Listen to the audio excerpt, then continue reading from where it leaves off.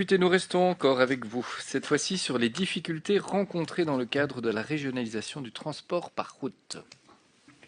Merci, Monsieur le Président. À la faveur de la 6e réforme de l'État, les régions sont devenues compétentes pour tout ce qui concerne l'organisation du transport par route. Dans ce cadre, le secteur s'inquiète de la façon dont la Wallonie s'est appropriée ces nouvelles compétences. C'est particulièrement vrai pour la commission d'examen de capacité professionnelle et pour l'accès à la profession.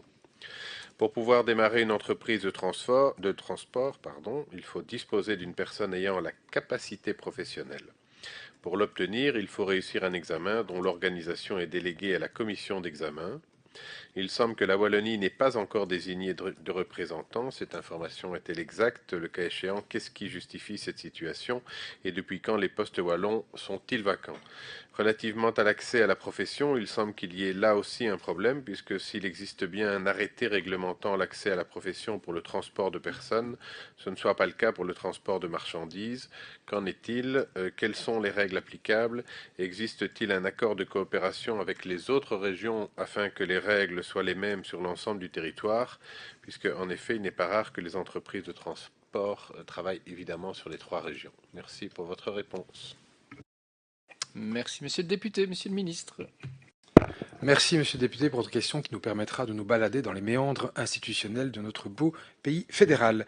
Les conditions d'accès à la profession et au marché des entreprises de transport de personnes et de marchandises sont définies par les lois du 15 juillet 2013 relatifs au transport de voyageurs par route et portant exécution du règlement 1071-2009 du Parlement européen et du Conseil du 21 octobre 2009 établissant des règles communes sur les conditions à respecter pour exercer la profession de transporteur par route et abrogeant la directive 96-26 du Conseil et portant exécution du règlement 1073-2009 du Parlement européen et du Conseil du 21 octobre 2009 établissant des règles communes pour l'accès au marché international des services de transport par autocar et autobus et modifiant le règlement 561-2006.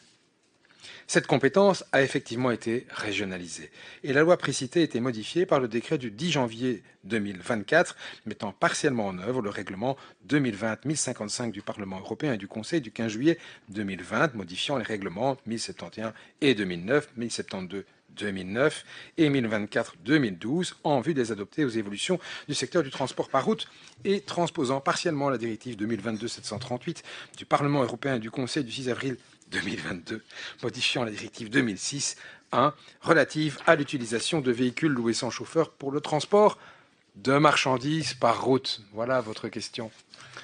Cette loi est exécutée par un arrêté royal dont la Wallonie a hérité à l'occasion de la 6e réforme de l'État. Il s'agit de l'arrêté royal du 22 mai 2014 relatif au transport de marchandises par route dont les articles 5 et suivants traitent de la capacité professionnelle.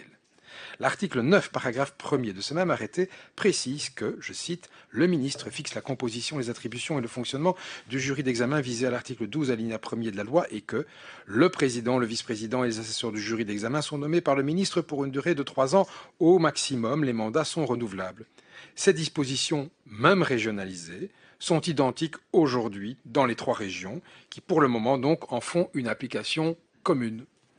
Il n'y a donc pas à proprement parler de représentation régionale au sein du jury d'examen de capacité professionnelle et pour l'accès à la profession. Celui-ci est constitué de membres tant francophones que néerlandophones.